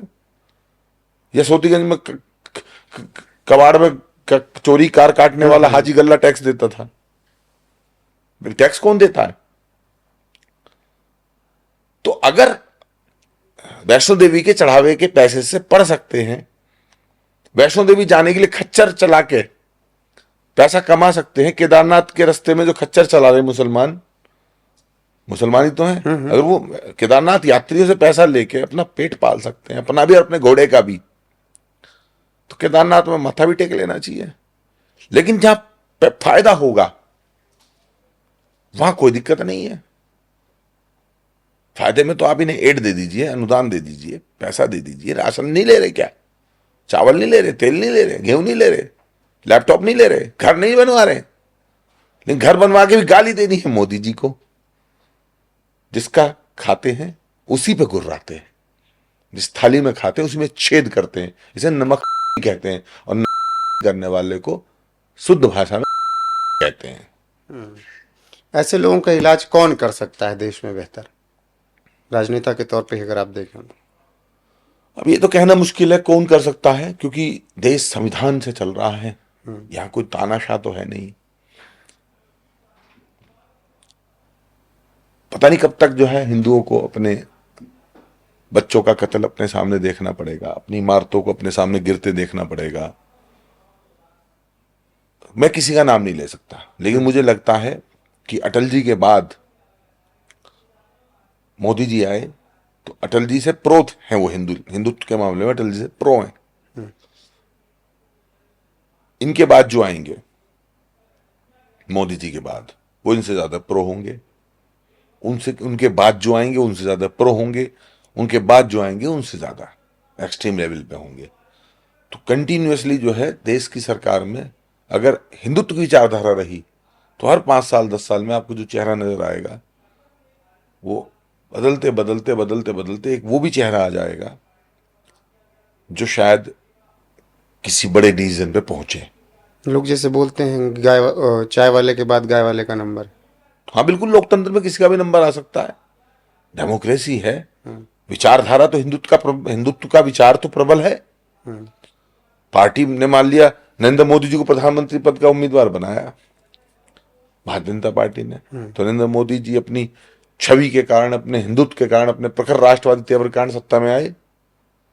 हो सकता है भारतीय जनता पार्टी जो है योगी जी को प्रधानमंत्री पद का उम्मीदवार बना दे, अगर ऐसा हुआ। वही आपने कहा तानाशाह तो कोई देश में नहीं है, लेकिन उत्तर प्रदेश में जो कुछ भी एक्शन होता है उस पर देश की उस कट्टरपंथी विचारधारा या उस समुदाय का ये प्रतिक्रिया होती है कि योगी आदित्यनाथ मुसलमानों को जीने नहीं दे रहे हैं। कहते हैं कि दंगा करोगे तो पीटे जाओगे, जिसे बरेली में दौड़ा दौड़ा के पीटे गए थे। तुम्हारी 7 पुश्तों को हम याद दिला देंगे अगर बहन बेटियों को छेड़ा तो आप कहते हैं कि तानाशाही वो करते हैं। नहीं तो आप क्या उम्मीद करते हैं योगी जी से? तो पत्थर फेंकेंगे। उनकी आरती उतारने के लिए सरकार जो है पुलिस को कहेगी कि इनकी थाल ले जाके आरती उतारो। सपा सरकार में दंगाई जो था, उस मौलाना को मुजफ्फरनगर स्टेट प्लेन भेज के, चार्टर प्लेन भेज के लखनऊ बुलाया गया था। अब ये उम्मीद कम से कम आप योगी आदित्यनाथ जी से तो कर नहीं सकते कि वो दंगाइयों को प्लेन भेज के लखनऊ बुलाएंगे। यही उम्मीद आप देश के गृह मंत्री या प्रधानमंत्री से तो कर नहीं सकते कि वो किसी दंगाई को जो है बिठा के जो है बिरयानी खिलाएंगे, उसकी आरती उतारेंगे। खाली यहाँ नहीं, उत्तर प्रदेश में ये हुआ। ये जो यासीन मलिक जैसे लोग हैं, मीरवाइज उमर फारूक जैसे लोग हैं, अली शाह गिलानी जैसे लोग हैं, प्रधानमंत्री हाउस तक पहुंचते, ये प्रधानमंत्री हाउस तक पहुंचते थे, वहां जाके दावतें उड़ाते थे। लेकिन आज इनकी क्या स्थिति है? तो मेरा प्रदेश भी बदला है, देश भी बदला है, सेकुलर हिंदू थे जो, उनका विचार भी बदला है। और मुझे लगता है ये धीरे धीरे धीरे धीरे हिंदू जग रहा है, जागेगा। और जब तक जागेगा, बस मेरा डर ये है जब तक देर ना हो जाए, इसे जल्दी जागना चाहिए, एकदम खड़े हो जाना चाहिए। वक्त आ गया है, देश जो है वो बड़े संकट की तरफ है। बिल्कुल। द उदय फिर फाइल्स के बाद वक्त संभल फाइल्स का भी है। कहाँ तक पहुंची फिल्म? संभल फाइल नहीं, फिल्म का टाइटल है कल की संभल। कल की संभल, कल की अवतार को रिलेट करते हुए, क्योंकि कल की से संभल की पहचान है। कल संभल पे जितने हमले हुए वो इसलिए हुए चूंकि यहाँ भगवान को अवतार लेना है। अगर भगवान को यहाँ अवतार नहीं लेना होता तो यहाँ इतने हमले ना होते, होते तब भी हमले बाकी जगह भी हुए हैं। लेकिन ज्यादातर जो हमले हुए हैं वो उन जगहों पे हुए हैं जहां भगवान या तो अवतार लिए। मथुरा पे हमला हुआ, अयोध्या पे हमला हुआ, काशी पे हमला हुआ, सोमनाथ पे हमला हुआ। तो यहां भी हमला इसलिए हुआ चूंकि यहां भगवान को अवतार लेना है।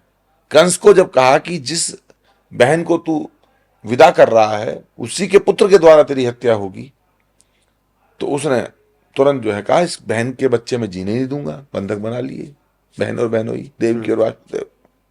तो जब हमारी भागवत पुराण, भविष्य पुराण, हमारे वेद उपनिषद ये घोषणा करते हैं कि भगवान कल की राक्षसों का वध करेंगे, तो राक्षस जो है वो सोचते हैं कि जब भगवान पैदा होंगे वहां किसी को हिंदू छोड़ो ही मत। तो सिकंदर लोदी आता है, बड़े बड़े मुगल आक्रांता आते हैं, वो आके इतना जेनोसाइड करते हैं, इतना कत्लेआम करते हैं ताकि कोई हरि हरि नारायण पुकारने के लिए बचे ही ना।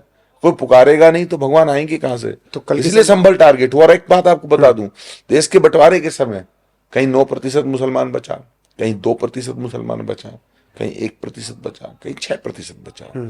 संभल में 1947 में 55% मुसलमान था। तो सोचो कितने बड़े पैमाने पे संभल में धर्मांतरण हुआ है, कितने बड़े पैमाने पलायन हुआ है कि 1947 में 55% था, जो आज हम कह रहे हैं डेमोग्राफी चेंज हो गई है, हिंदू 15% है, मुसलमान 85% है।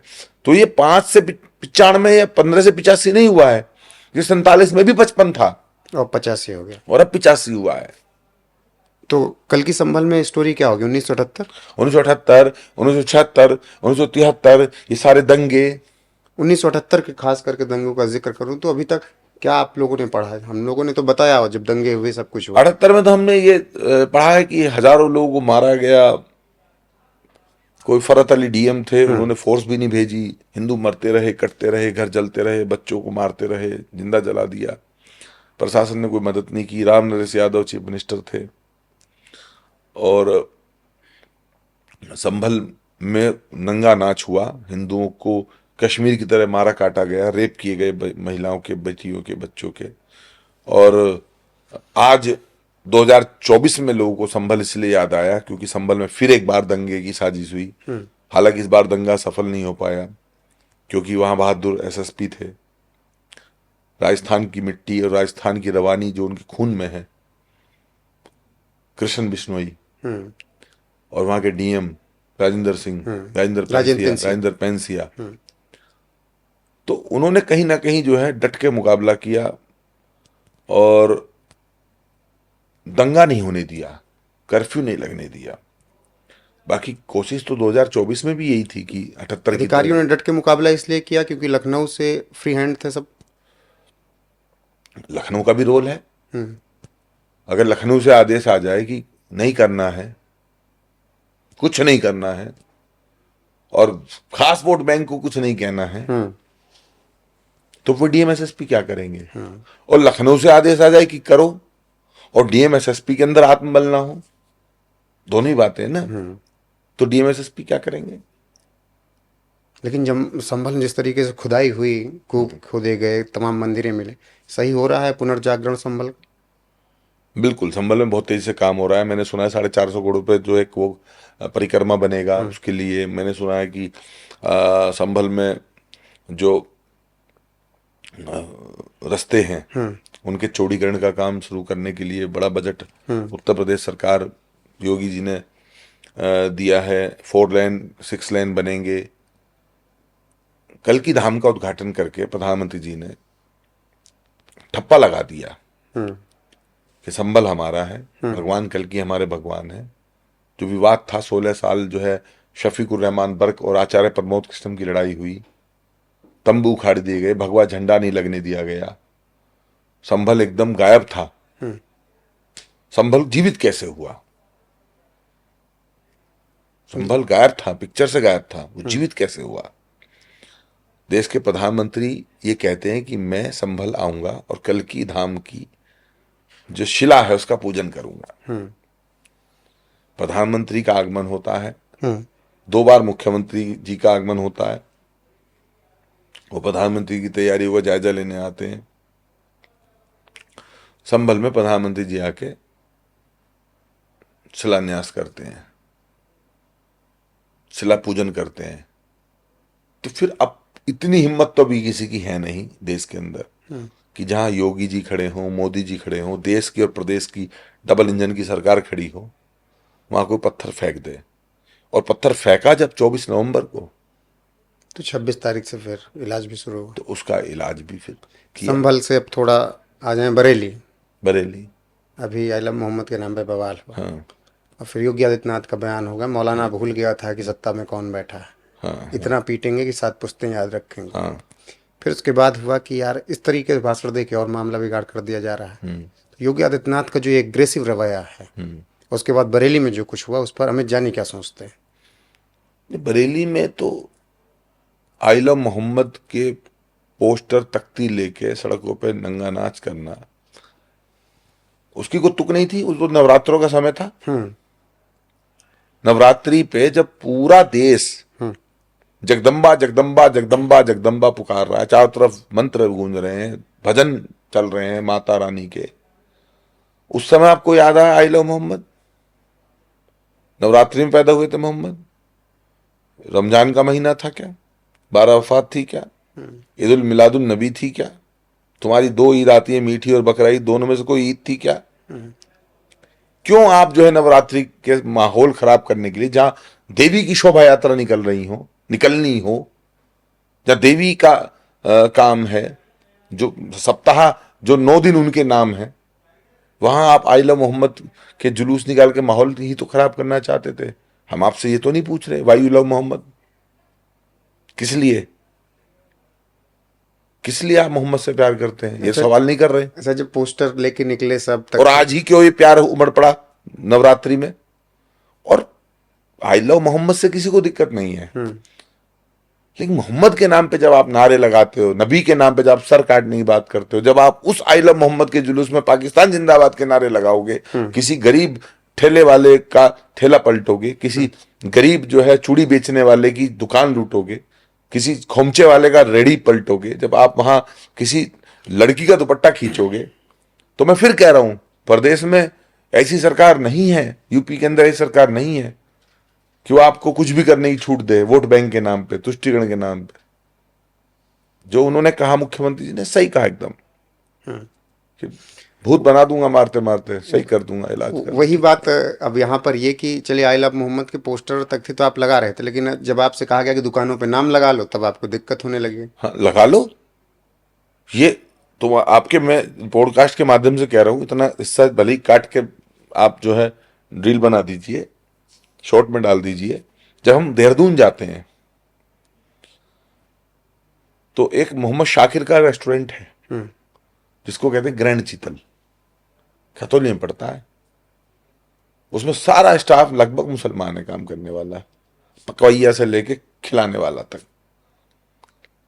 अगर मैं रात में जाके आज वहां आई लव मोहम्मद का बोर्ड लगा दूं तो कल वो खुद अपने हाथ से उस बोर्ड को उतार देगा, क्योंकि जो 200 गाड़ियां उसके यहाँ खड़ी हैं वो दो भी नहीं बचेंगी। तो आपको रेस्टोरेंट चलाना है ग्रैंड चीतल के नाम से, आपको जो है माँ वैष्णो देवी ढाबा चलाना है, आपको शिव जी के नाम पे पनीर बेचना है, हिमालयन पनीर कह के।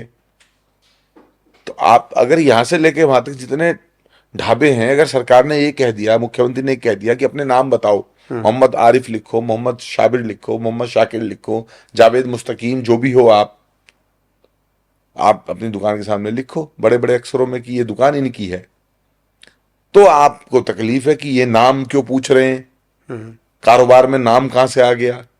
तो आप खुद ही जब हाथ में तख्ती ले खड़े हो आई लव मोहम्मद की, तो वहां भी लगा दो ना, मोहम्मद हलीम बिरयानी, मोहम्मद की बिरयानी, मोहम्मद का मटन, मोहम्मद का चिकन, मोहम्मद पंचर वाला, मोहम्मद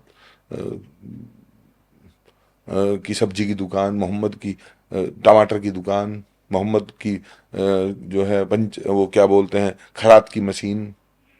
आप क्यों नहीं लगा रहे वहां पे? बिल्कुल। अब 6 दिसंबर नज़दीक ही है। 6 दिसंबर इतिहास में किस तरीके से दर्ज है ये सबको पता है। और मैं अगर बात करूं तो कल्याण सिंह के शब्दों में तो राष्ट्रीय गर्व का विषय 6 दिसंबर। और फिर अब 6 दिसंबर जब आ रहा है तो उससे पहले पताका लहरा जाएगी, भगवा पताका राम मंदिर के शिखर पर।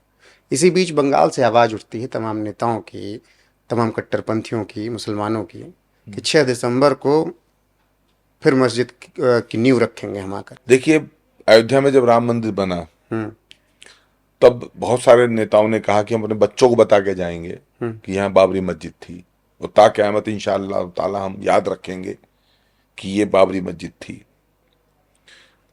तो अब यही देख लीजिए, आप कहते हैं अब्दुल कलाम वाले हैं, वैसे बाबर की बात करते हैं। तो बाबर और मस्जिद जो है वो दोनों जो है अयोध्या में कैसे होंगी बताओ, जो राम की जन्मभूमि है। जैसे ज्ञानवापी मस्जिद नहीं है, वो मंदिर ही है। जैसे भगवान श्री कृष्ण की जन्मभूमि पे मस्जिद मंदिर को ध्वस्त करके ही बनाई गई है। बाकी भोजशाला देखिए, वहां पर आकृतियां हैं भगवानों की, है ना। ऐसे ही वहां बाबर था ही नहीं, बाबरी मस्जिद थी ही नहीं, उसे जबरदस्त तोड़ के मंदिर को बनाया गया। खुदाई में एसआई के प्रमाणों में वो मिला, कोर्ट ने तय किया, सर्वोच्च न्यायालय का आदेश है, उसे मानना चाहिए। अब अगर कोई ये कह रहा है कि हम अयोध्या में बनाएंगे, 6 दिसंबर को बनाएंगे, या कोई बंगाल में बनाएगा, तो 6 दिसंबर को तो देखो, 6 दिसंबर हो या 16 दिसंबर हो, जब तक यहाँ योगी जी बैठे हैं कोई मंदिर के आसपास फटक भी नहीं पाएगा, कोई बाबरी मस्जिद की नींव नहीं रख पाएगा। और खाली योगी जी क्यों, आप राजस्थान बना के देख लो, आप हरियाणा बना के देख लो, आप जो है बिहार में बना के देख लो, आप महाराष्ट्र में चले जाओ, फडणवीस बैठे हैं वहां बना के देख लो, आप वहां बना लो, असम में विश्व शर्मा जी के यहाँ पे नहीं बन पाएगी। बंगाल में चूंकि मुस्लिम तुष्टिकरण के नाम पे एक ऐसी सरकार है जो सेंटर से सीबीआई जाती है तो उसे भी अरेस्ट करा लेती है। तो बंगाल में नंगा नाच तब तक ये कर सकते हैं जब तक वहां सरकार नहीं बदलेगी। मार्च के बाद ये बंगाल में भी मस्जिद नहीं बना पाएंगे। तो आप कह रहे हैं 2026 में टीएमसी वहां से हट पा रही है। आदरणीय प्रधानमंत्री नरेंद्र मोदी जी के नेतृत्व में और अमित भाई शाह की जो नीति है उसके नीति निर्धारण में, और जो वहां लड़ रहे हैं भाजपा के कार्यकर्ता, और जो वहां शुभेंदु अधिकारी हैं जो वहां लड़ रहे हैं, डट के मुकाबला कर रहे हैं, इनका जो संघर्ष है व्यर्थ थोड़ी जाएगा।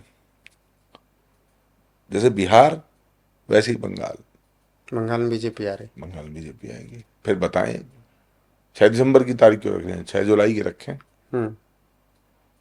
अप्रैल की रखें। ठीक है। अब आते हैं आपकी एक और फिल्म पर, जो आप लॉरेंस बिश्नोई, हिरण और सलमान खान वाले मामले बना रहे हैं। उसमें क्या स्टोरी होगी? देखिए, पूरे देश को पता है कि सलमान खान का और लॉरेंस बिश्नोई का विवाद है। विवाद इतना गहरा है कि उसमें हत्याएं भी हो रही हैं। कहते हैं उसी विवाद में बाबा सिद्दीकी की हत्या हुई है। सलमान खान के यहाँ गोली चली, जो भी हुआ वो सब उसी विवाद में हुआ। लोगों को यह भी पता है कि सलमान खान ने कोई हिरन विरन का शिकार किया था, इसलिए लॉरेंस बिश्नोई जो है सलमान खान को टारगेट पे रखा हुआ है। वो तमाम चीजें आती रहती हैं, लेकिन वो पूरा का पूरा मुकदमा, वो कोर्ट रूम में क्या हुआ, वो तमाम चीजें वो लोगों को नहीं पता। तो उसको हम दिखाना चाहते हैं फिल्म के जरिए। तो हमारी फिल्म का टाइटल है काला हिरन। तो उसमें हम पूरा लॉरेंस बिश्नोई, उनका गैंग, वो कैसे बने, कैसे कोई लॉरेंस बिश्नोई बनता है, कैसे कोई संपत नेहरा बनता है, कैसे बाबा सिद्दीकी का मर्डर हो जाता है विवाद में, कैसे सिद्धू मूसेवाला का मर्डर हो जाता है, वो मामला क्या है जिससे सलमान खान से दुश्मनी है जिस कारण, हिरन की क्या महत्वता है, वनस्पतियों के प्रति बिश्नोइयों का क्या प्रेम भाव है, स्नेह भाव है, और 363 लोगों ने अपनी जान दे दी पेड़ बचाने के लिए, वृक्ष बचाने के लिए, मां अमृता बिश्नोई का बलिदान, वो तमाम चीजें वो फिल्म है तो काला हिरन। अमित जानी का हीरो होंगे लॉरेंस बिश्नोई?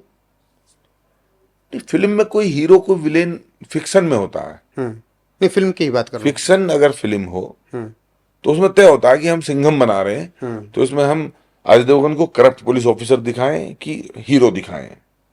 अगर हम गंगाजल बना रहे हैं तो वहां तय करते हैं कि फिक्शन है भाई, तो एसपी अमित कुमार जो बने अजय देवगन, इसमें इनकी छवि कैसी दिखाएं। और उसमें सिगरेट पीते हैं, डायरेक्टर प्रोड्यूसर राइटर चाहते तो सिगरेट नहीं भी पीते, वो तो फिक्शन है। लेकिन जो रियल घटना है, या कोई हीरो कोई विलेन नहीं होता। कन्हैयालाल की मूवी थी, तो मैंने इसमें मुसलमानों को विलेन थोड़ी बनाया है। जिन्होंने मारा है वो मर्डरर है, और जो मरा है वो विक्टिम है। तो कन्हैयालाल की फिल्म में जैसे हमने किसी को मुसलमान नहीं बनाया, जो मुसलमान था उसको ही मुसलमान दिखाया है, जो हिंदू था कन्हैयालाल जो हिंदू ही दिखाया है, ऐसे ही लॉरेंस बिश्नोई की मूवी में भी जिसने हिरन को मारा है, हिरन मारता उसे दिखाएंगे। और जो हिरन से प्यार करते हैं, गुस्सा उनके दिल में है, आज भी है, वो गुस्सा दिखाएंगे। तो उसमें कोई फिक्शन नहीं है कि मैं किसी को हीरो बना दूं और किसी को विलेन बना दूं। वो तो घटना है, उसमें मुकदमा दर्ज है, उसमें 4 बार जेल जा चुके सलमान खान के प्रोडक्शन हाउस से फोन ऑन नहीं आया कि भाई फिल्म क्यों बना रहे हो ऐसे? नहीं, मुझे नहीं लगता है कि इतना छोटा दिल रख के कोई फोन करेगा व्यक्तिगत रूप से। लॉरेंस बिश्नोई आपको क्या लगता है, एक वक्त बॉलीवुड में वो राज था जो दाऊद का कहा गया, क्या आपको लगता है कि लॉरेंस बिश्नोई उसके पर्याय में एक हिंदू डॉन बनकर बॉलीवुड में अपनी पैठ बना रहा है? क्योंकि ये बातें बाबा सिद्दीकी वाले मामले के बाद बहुत देखिए, होती हैं। मैं लॉरेंस बिश्नोई को ग्लोरीफाई करने के लिए फिल्म नहीं बना रहा हूं। कि मैं लॉरेंस बिश्नोई को क्या मानता हूं ये तो मेरा व्यक्तिगत मामला है, वो मेरे दिल में है। ठीक। और दिल की बात जवाब पे लाके मैं क्यों बवाल खड़ा करूं बिना वजह, है ना। मेरे लिए लॉरेंस बिश्नोई और ये जो है एक सब्जेक्ट है, सब्जेक्ट से ज्यादा कुछ नहीं है। मेरे लिए सब्जेक्ट है कि बिश्नोइयों की लेगेसी क्या है।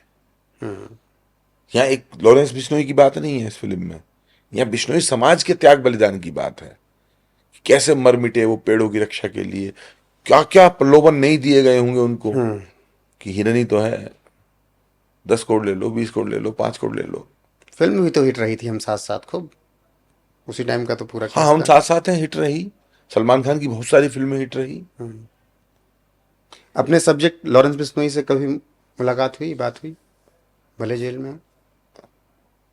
नहीं, जेल में तो कोई लॉरेंस बिश्नोई से मिल नहीं सकता।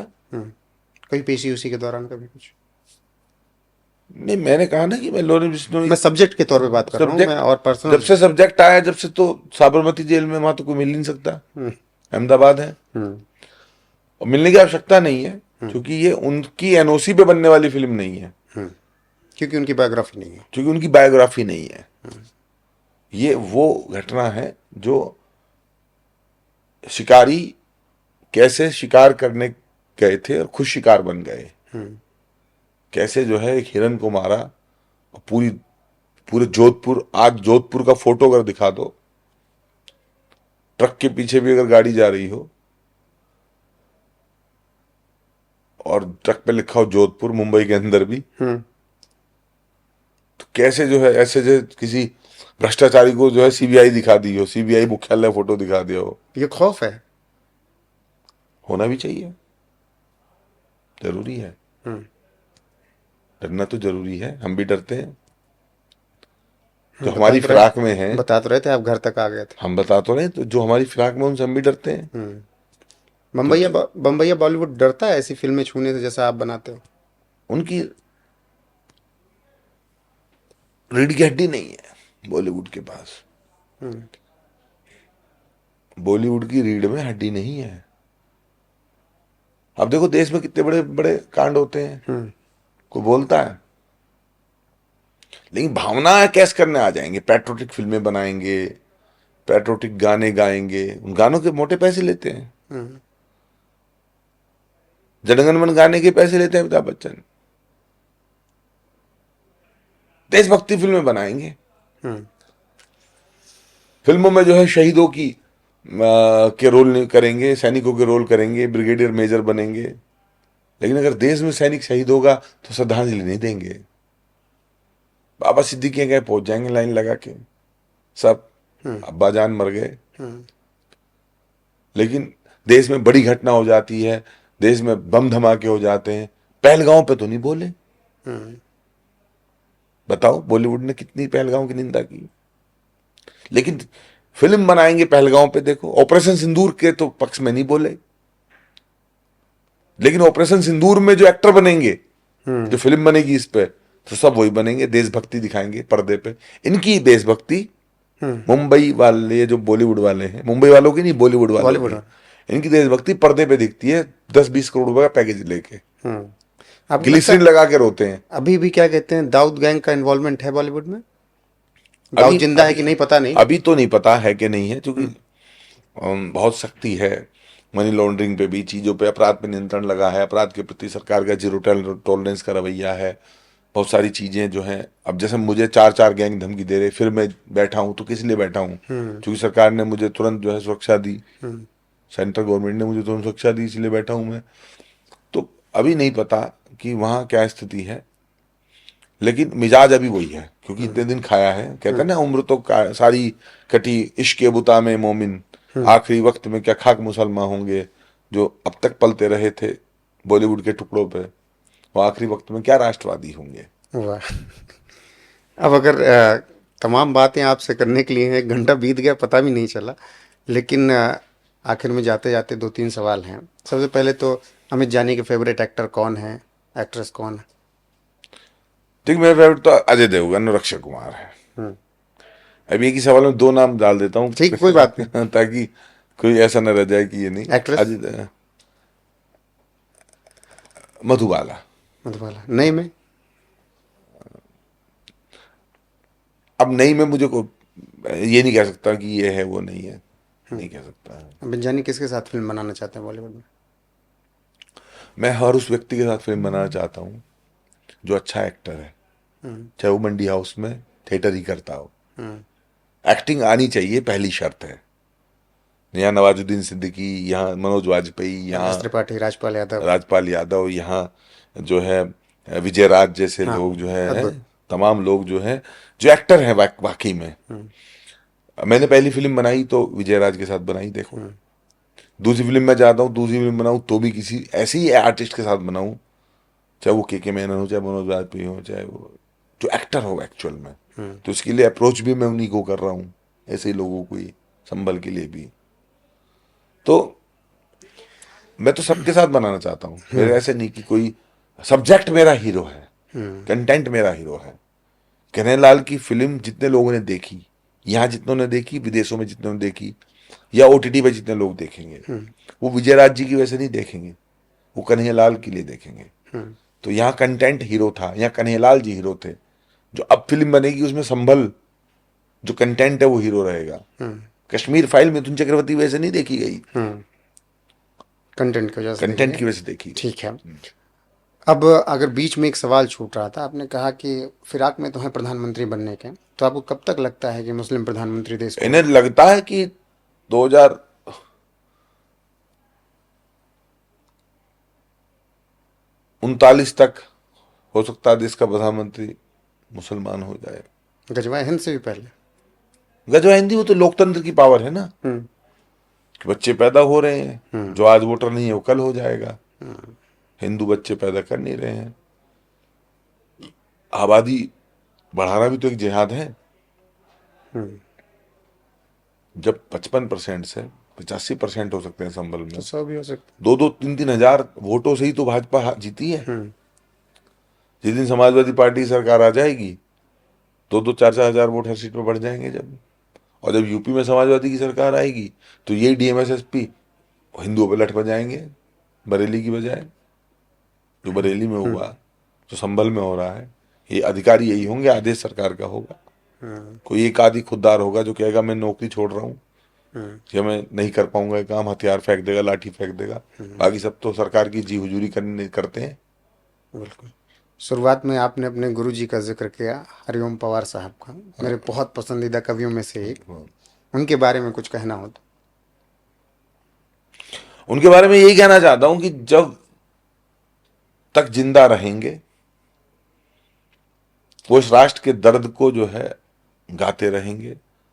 और उन्होंने जो लिख दिया है अग्निपथ के शिलालेख, वो आने वाली पीढ़ियों को पाठ्यक्रमों में पढ़ाया जाना चाहिए। अगर हम मुंशी प्रेमचंद को, महादेवी वर्मा को पढ़ते हैं, अगर हम जो है बाकी कवियों को, बाकी रचनाकारों को, उपन्यासकारों को जो है पढ़ते हैं पाठ्यक्रमों में, तो हरिओम पवार जी को भी देश की पाठ्य पुस्तकों में पढ़ाया जाना चाहिए, क्योंकि उनके सारे विषय वो हैं जो हमारे देश के नौजवानों के अंदर राष्ट्रवाद का संचार कर सकते हो, भावनाओं की उत्पत्ति कर सकते हैं। बिल्कुल, रोंगटे खड़े हो जाते हैं जब उनको सुना जाता है। बिल्कुल बिल्कुल बिल्कुल। लास्ट में कुछ नाम लूंगा एक एक, आपको जो उनके बारे में कहना हो। हाँ, सबसे पहले प्रधानमंत्री नरेंद्र मोदी। वो एक इंस्पिरेशन, और जो कह सकते हैं कि उनसे सीखना चाहिए लोगों को, इंस्पिरेशन का वो प्रतीक है कि एक व्यक्ति इस उम्र में बिना छुट्टी लिए रात दिन देश के लिए काम कैसे कर सकता है। परिवार तो है नहीं, मां थी, अब तो मां भी नहीं है। उनका घर भी देखा मैंने, या तो कोई गांव का प्रधान बन जाए, अगले दिन स्कॉर्पियो, अगले दिन फॉर्च्यूनर। आज भी वैसे ही घर क्या क्या कर रहा है वो, आज भी ऐसा घर है। और जब मैं माँ की तस्वीर देख रहा था तो मुझे पर्दा दिखाई दिया पीछे, तो पर्दा जो है पाइप पे नहीं लगा था, वो जो हमारे यहाँ पहले वो रस्सी पे बांधते थे और रस्सी ऐसे लटक जाती थी पर्दे की वजह से, वैसे पर्दा लगा था। तो मैंने कहा देश के प्रधानमंत्री की माँ जिसमें रहती है वो घर है, जिसका बेटा 4 बार मुख्यमंत्री रहा, ये उसका घर है। तो देश के काम को करते करते अपना निजी काम कैसे नहीं करना है, कैसे अपना घर नहीं भरना है, ये सीखना। वरना हरिओम पवार जी कविता है कि आंख खुला तो मां का दामन नाखूनों से त्रस्त मिला, जिनको जिम्मेदारी दी वो घर भरने में व्यस्त मिला। बिल्कुल। तो ये सीखना चाहिए मोदी जी से। अमित शाह। अमित शाह जी के अंदर जो भाव है प्रधानमंत्री जी को आगे बढ़ा के काम करने का देश के लिए, और श्रेय नहीं लेने का। अभी मैं एक इंटरव्यू देख रहा था तो कह रहे थे कि बीजेपी नरेंद्र मोदी से पहले मैंने ज्वाइन की, यानी कि भाजपा में नरेंद्र मोदी से पहले वो आए, लेकिन वो हर कार्य का श्रेय जो है वो आदरणीय प्रधानमंत्री को देते हैं। एक टीम गई थी अमित शाह जी से मिलने के लिए, उन्होंने पूछा कि सर आप पे कोई किताब लिखना चाहते हैं, युग पुरुष उसका टाइटल है। तो उन्होंने कहा आपकी भावनाओं का सम्मान है, लेकिन असल बात यह है कि युग पुरुष तो मोदी जी ही हैं। तो जहां चाचा भतीजे लड़ रहे हैं कुर्सी के लिए, जहां बेटा बाप के माइक छीन लेता भरे मंच पे, अपदस्थ करके राष्ट्राध्यक्ष पद से पिता को खुद राष्ट्राध्यक्ष बन जाता है, जहां सियासत में जो है मनप्रीत बादल सुखबीर बादल लड़े, उद्धव ठाकरे राज ठाकरे लड़े, जहां अजय चौटाला अभय चौटाला लड़े, अखिलेश शिवपाल लड़े, अजित पवार लड़े, जहां आप जो है अजीत पवार, तेज प्रताप, अजीत पवार और शरद पवार लड़े, जहां तेजस्वी और तेज प्रताप लड़े, जहां ये जो अभी हनुमान है, क्या नाम है इनका, चिराग पासवान, इनके चाचा चिराग पासवान से लड़े, वहां एक व्यक्ति जिसका ब्लड रिलेशन नहीं है। तो ये वही जोड़ी है, इतना ही कह सकता हूं। अच्छा, अटल अडवाणी, ऐसी एक जोड़ी है नरेंद्र मोदी अमित शाह जी की। और अगर नरेंद्र मोदी इस जोड़ी में राम है तो ये लक्ष्मण है। योगी आदित्यनाथ। योगी आदित्यनाथ जो है पूरे भारत की उम्मीदों के वो दीपक हैं, जिसको भारत के लोग जो है सूरज की तरह देखना चाहते हैं कि ये दीपक कब सूर्य बनेगा। हिमंता बिस्वा शर्मा।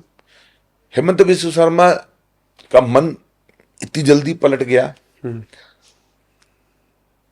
इससे यह साबित होता है, इस बात का प्रमाण है कि अगर आप राष्ट्रवादी सोच अपना लें तो आप क्या से क्या नहीं कर सकते। जैसे मैं समाजवादी पार्टी से अब राष्ट्रवादी हो गया निकल के, हेमंत विश्व शर्मा कांग्रेस से राष्ट्रवादी हो गए, तो एक बार विचार बदलो बस। जिस दिन आपको ज्ञान आ जाएगा, आप ये सब छोड़ के भाईचारा, सेकुलरिज्म, फर्जी बातें, अमित जानी और हेमंत विश्व शर्मा बन जाओगे। अखिलेश यादव? अखिलेश यादव को थोड़ा परिपक्व होने की आवश्यकता है। देश जो है वो उनकी पार्टी को बहुत बड़ा सम्मान दे के बैठा है भी। जितने उनके सांसद आए हैं, निश्चित रूप से वो देश की तीसरी बड़ी पार्टी है, तो उन्हें मुलायम सिंह यादव जी की तरह गंभीर होना चाहिए। देवेंद्र फडणवीस? देवेंद्र फडणवीस जो है वो साफ सुथरी छवि के व्यक्ति हैं, और अगर वैसे गुजर जाए कहीं तो कोई कहेगा ही नहीं नेता है। लोग लगेगा तो कोई सूटेड बूटेड कहाँ से आया मेरा। राहुल गांधी? मैं उनके बारे में तो क्या ही कहूँ, ए हुस्ने बेपरवाह तुझे शोला कहूँ शबनम कहूँ। राहुल जी के बारे में इस धरती पे किसी की हैसियत ही नहीं है कुछ कह सके। मैं क्या बोलूँ, ऐसा क्यों? ये मुंह और मसूर की दाल। ममता बनर्जी? अब हिंदू होने के नाते उन्हें सोचना चाहिए इस बात का कि अंत में जो है उनको भी हिंदू रीति रिवाज के हिसाब से ही संस्कार होना है उनका, तो कम से कम अपने अंतिम समय खराब ना करें। आप क्रिकेट देखते हैं? नहीं, कभी पहले फैन हुआ करते? कभी नहीं होता मैं किसी को। फिर भी देखते हैं। MS धोनी के बारे में क्या कहेंगे? धोनी बहुत साधारण से व्यक्ति हैं। मैं उनके घर गया हूँ रांची में। उनके परिवार भी बहुत जो है अच्छा है, भला है। शाहरुख खान? मैं तो कोई मिला नहीं। कुछ विचार उनके लिए? अच्छे पिता हैं। जब पिता को ये पता कि मेरा बेटा जो है वो ड्रग्स में पकड़ा गया, उसके बाद भी वो जो है बेटे के साथ खड़े हैं और उसको प्रमोट कर रहे हैं, उसको आगे लाके जो है उस दुनिया से निकाल के डायरेक्टर बना रहे हैं, डायरेक्शन में जो है खड़ा कर रहे हैं। तो एक पिता ऐसा ही होता है, अपने बच्चा अगर गलत राह पे हो तो उसे वहां से निकाल के जो है उसको स्टैंड करता है। तो जो काम वो आर्यन के लिए कर रहे हैं वो एक अच्छा पिता कर सकता है। सलमान खान? सलमान खान के बारे में तो मेरा कोई विचार नहीं, क्योंकि मैं उन्हें एज ए एक्टर भी पसंद नहीं करता। आमिर खान? आमिर खान तो बहुत अच्छे एक्टर हैं, गजब। उनकी मैंने सारी फिल्में देखी हैं। अमिताभ बच्चन? उनके बारे में तो कोई क्या कह सकता है, तो शहंशाह है बॉलीवुड के। Akshay Kumar? Akshay Kumar is my favourite. Akshay Kumar, Ajay Devgn, both. Katrina Kaif? Katrina Kaif जो है अक्षय कुमार की फेवरेट। पंकज त्रिपाठी? जमीन के जुड़े हुए लोग हैं, मिट्टी के लाल। मनोज वाजपेयी? मिट्टी के लाल, गुदड़ी के लाल, हुनर को जिन्होंने बिना सिफारिश के दुनिया को दिखाने में कामयाबी पाई। रवि किशन? सेम। आपके फेवरेट विजयराज? विजयराज कमाल के एक्टर, नो डाउट। जो विजयराज अपना किरदार निभा के जाएं तो जो साथ का पार्टनर है वो सोचे कि अब मेरे लिए क्या बचा। आखिरी नाम अमित जानी? अमित जानी को दूसरा नहीं है। अमित जानी के लिए खुद इंस्पिरेशन है। मैं ढूंढ रहा हूं 20 साल से कि मुझे कोई अमित जानी मिल जाए देश में दूसरा, तो मैं अपने कंधे का कुछ बोझ उसे देके किसी को काम पे लग जाऊं, लेकिन मुझे नहीं मिला। अमित जानी का मोह अखिलेश यादव समाजवादी पार्टी से भंग क्यों हो गया? कभी था ही नहीं। अखिलेश से कभी मोह था ही नहीं। समाजवादी पार्टी से तो शिवपाल जी से था, आज भी है। चाचा दरकिनार हुए, आप भी हुए। चाचा दरकिनार हुए, अखिलेश जी से कोई विवाद नहीं था। चाचा छोड़ दिए तो हमने भी छोड़ दिया। चाचा और भतीजे का विवाद था ना? चाचा भतीजे का विवाद था, चाचा के पक्ष में हमने छोड़ा। अखिलेश जी ने तो कहा मत छोड़ो, क्या पागल हो रहे, वहां क्या मिलेगा, यहाँ रहोगे मंत्री बनाऊंगा, टिकट दूंगा, विधान परिषद, राज्यसभा। हमने कहा कुछ नहीं चाहिए, हम जिसके साथ हैं। ये हमें ठाकुर अमर सिंह जी ने सिखाया, जिसके साथ रहो अंत तक रहो, बुरे समय में तो जरूर रहो, वो अमिताभ बच्चन को तब मदद नहीं कर रहे थे जब वो महानायक थे, वो तब कर रहे जब वो महानायक नहीं थे। जब तो सब बर्बाद हो गया था, सब कुछ बर्बाद हो गया था। वो अंबानी के साथ तब नहीं थे जब अंबानी अंबानी थे, वो सहारा के साथ जब नहीं थे जब वो सहारा श्री थे। तो शिवपाल जी जब मिनिस्टर थे, पीडब्ल्यूडी मंत्री थे, जब उनकी छाया से गुजर जाए तो कोई वो भी धन कुबेर हो जाता था, तब मैं शिवपाल जी के साथ नहीं था। बुरे वक्त में जब उन्होंने, तब मैं अमर सिंह जी के साथ था। अच्छा। क्योंकि अमर सिंह जी 2010 से पार्टी से निष्कासित थे। और जब शिवपाल जी पे बुरा समय आया तो मैं शिवपाल जी के साथ था। तो हम मान लें कि अब आखिर तक अमित जानी राष्ट्रवादी ही रहेंगे और इधर ही रहेंगे। ये विचार रहेगा, धर्म के लिए काम करना है।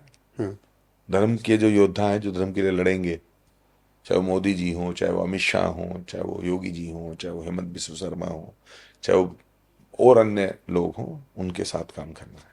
हिंदुओं को कोई संदेश? यही कि बस अब फालतू बातों का समय नहीं है। वो जो लड़ाई है जिसके लिए आपको तैयार होना है, वो समय आ गया है अब।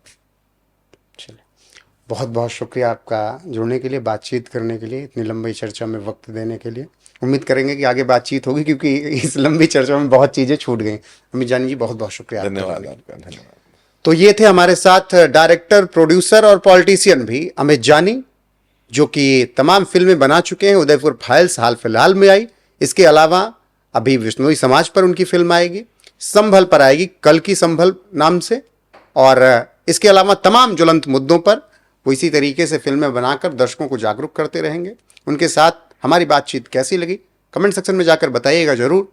वीडियो को शेयर कीजिएगा, लाइक कीजिएगा, चैनल को सब्सक्राइब कीजिएगा।